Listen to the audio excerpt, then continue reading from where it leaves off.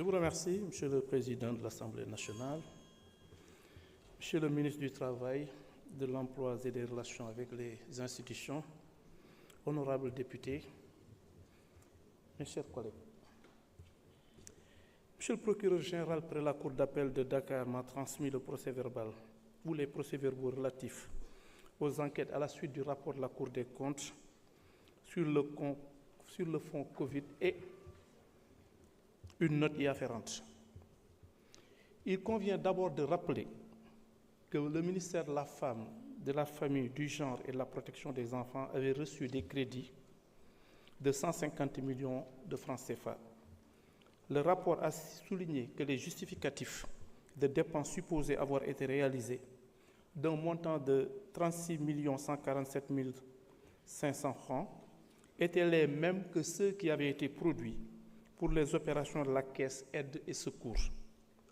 Sur ce point justement, le rapport précisait que les aides et secours avaient été versés à des personnes ayant les mêmes prénoms et noms, avec des numéros de carte nationale d'identité similaires et parfois les mêmes adresses, pour des montants différents évalués à la somme de 52 223 300 francs CFA. Entendu par les éléments enquêteurs, le directeur général de l'administration et de l'équipement d'âge a révélé que certains de ces supposés bénéficiaires étaient en réalité des fournisseurs. Il a en outre indiqué qu'une autre partie de ce montant, s'élevant à la somme de 22 367 300 francs CFA, avait été distribuée à titre d'appui financier au profit des agents du ministère sur décision de l'autorité, sans autre précision. Relativement toujours à cette caisse d'avance, la Cour des comptes avait révélé que l'utilisation d'un montant de 4 828 700 francs n'avait pu être justifiée. En conclusion, la Cour des comptes a retenu que le DAGE s'est retrouvé dans l'incapacité de produire des pièces justificatives des dépenses effectuées par le ministère pour ce montant de 52 223 300 francs CFA. Les enquêteurs ont relevé le paiement de primes aux agents du ministère sur les fonds Covid ou de la Caisse d'avance aide et secours, d'autres effectués au profit de tiers frauduleusement rattachés à des structures à leur insu et avec limitation de leur signature et la mention de fausses références de carte nationale d'identité ou encore de prêts octroyés à des tiers non remboursés. Le DAGE a déclaré avoir toujours agi avec l'aval écrit, parfois verbal du ministre Salimata Diop, pour effectuer les décaissements.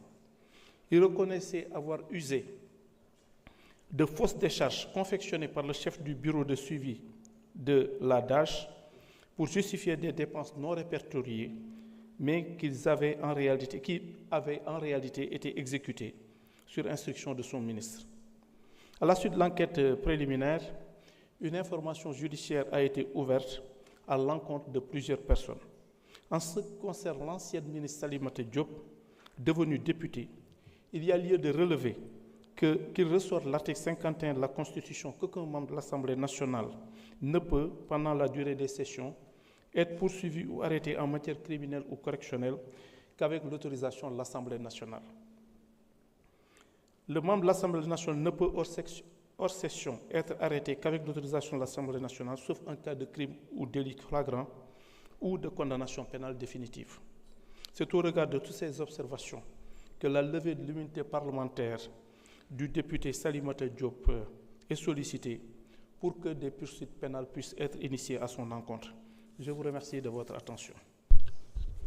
Jërëjëf monsieur le ministre dañuy jox kàddu gi suñu collègue Salimata Diop wala ko fi teewal.